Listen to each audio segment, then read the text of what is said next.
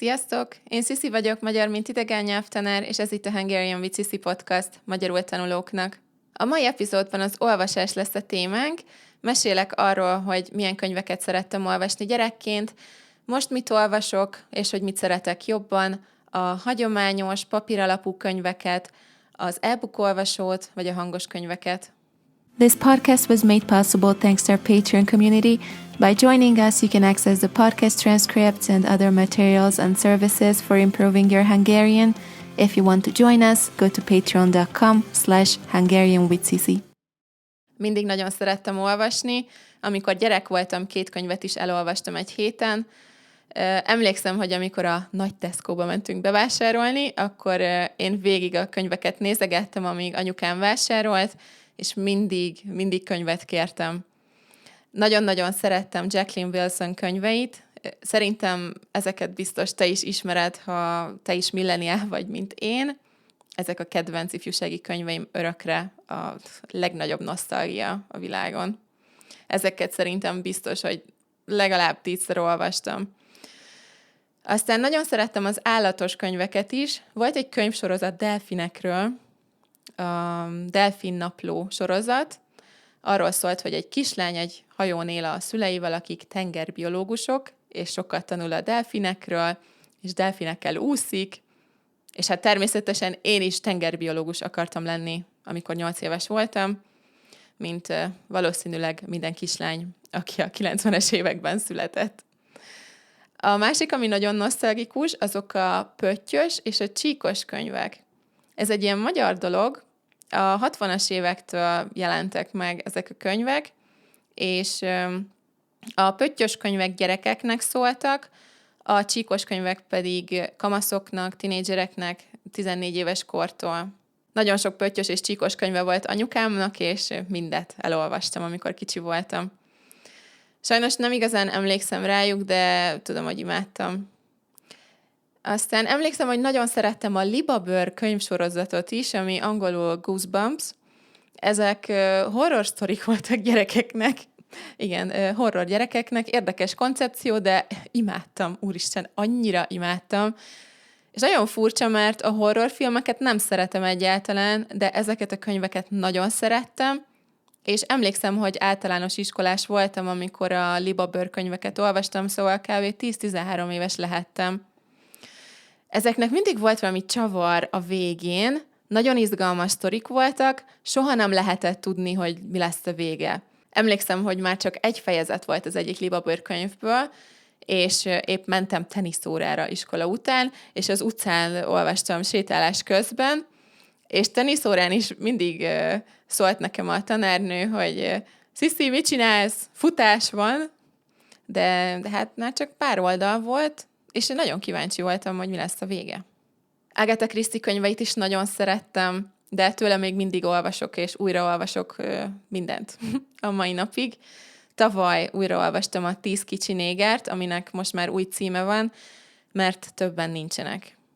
Most angolul olvastam, és most még jobban tetszett. Zseniális ez az írónő, imádom. Anyukámnak nagyon-nagyon sok Agatha Christie könyve volt otthon, és amikor nyaralni mentünk, akkor mindig ez volt a tipikus nyári könyv, amit nyaralás alatt olvastam. Na de aztán mit szerettem még? Hát a legnagyobb örök kedvencem természetesen a Harry Potter. 10 éves voltam, amikor az első Harry Potter könyvet olvastam, ami magyarul a Bölcsek köve. Az első 3 könyvet biztos, hogy 10-szer olvastam minimum, a 4. és az 5. is legalább 3-szor, de az utolsó 2 csak egyszer. Akkor már voltak filmek, és azokat néztem mindig. Ebben az évben elkezdtem újraolvasni a könyvsorozatot angolul, és nagyon tetszik, még mindig. Már olyan régen olvastam, és olyan sokszor láttam a filmeket, hogy már nem vagyok biztos benne, hogy mi volt a könyvben, és nagyon jó lesz újraolvasni az egész sorozatot. Gimnázium alatt a Harry Pottert olvastam egyfolytában, és akkoriban nagyon szerettem a vámpíros történeteket is, az Interjú a vámpírral és a Lestat a vámpír voltak a kedvenceim. A filmet is imádtam. Aztán egyetem alatt kicsit muszáj volt orosz irodalmat olvasni, Hát az nem volt a kedvencem. Túl sok dráma, túl sok szenvedés, túl hosszú, zseniális, nagyon érdekes, de nem nekem való. Oblomov, Gogol, Orr című műve, az Anna Karenina. Emlékszem, hogy amikor ezeket olvastam, mindig csak azt éreztem, hogy miért. Aztán amikor egyetemre jártam, akkor kezdtem pszichológia témájú könyveket is olvasni, akkor kezdett divatos lenni ez az egész téma szerintem. Ha valakit érdekel ilyen téma magyarul, akkor én Feldmár András, Almási Kitti, Orvos Tóth Noémi és Popper Péter könyveit szerettem. Máté Gábort biztos többen is ismeritek, mert sok interjú meg virális videó is volt vele mostanában angolul. Ő Kanadába emigrált 1956-ban, mint Feldmár András. Máté Gábortól is van 2 könyvem, de őszinte leszek, még csak pár oldalt olvastam. Rajta van a listámon, szeretném elolvasni, de nem annyira könnyű. Magyarul olvasom, de nem egyszerű a téma, és hát nem annyira olvasmányos.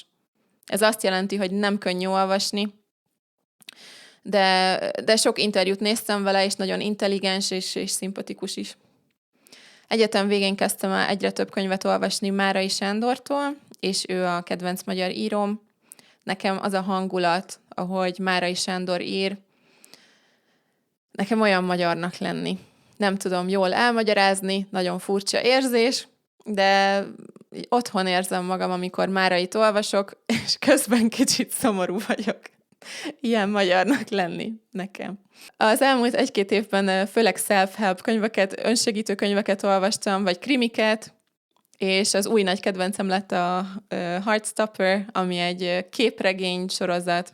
Ezeket olvastam angolul és spanyolul is, és jövőre jön az utolsó könyv, és nagyon izgulok, és félek, hogy mi lesz a vége. Aztán mostanában olvastam 3 könyvet a munkámhoz.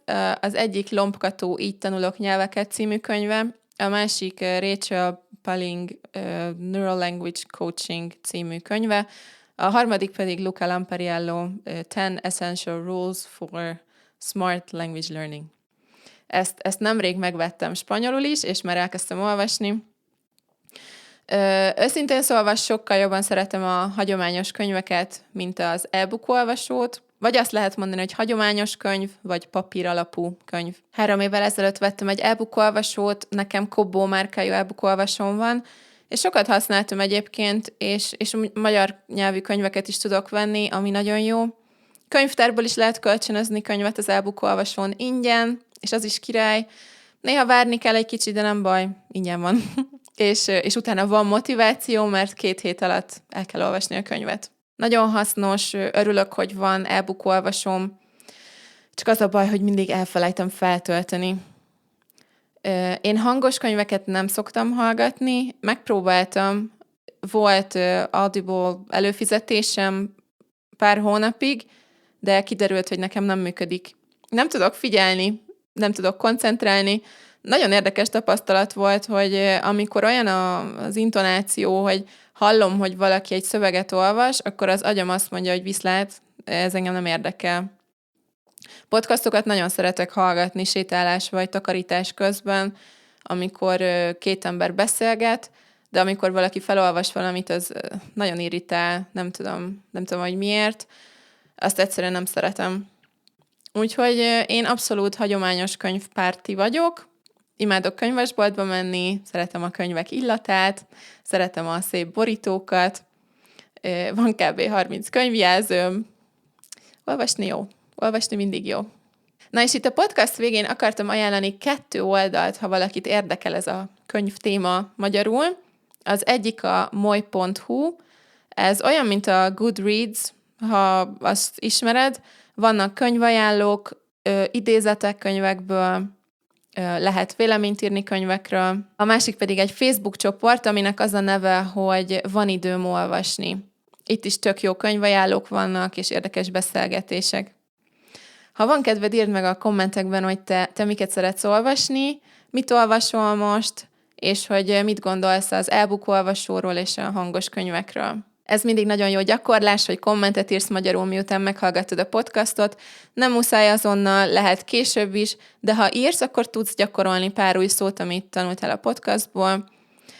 Ez fog a legtöbbet segíteni, ha saját mondatokat alkotsz, próbálsz magyarul gondolkozni, egyszerűen fogalmazni a szinteden.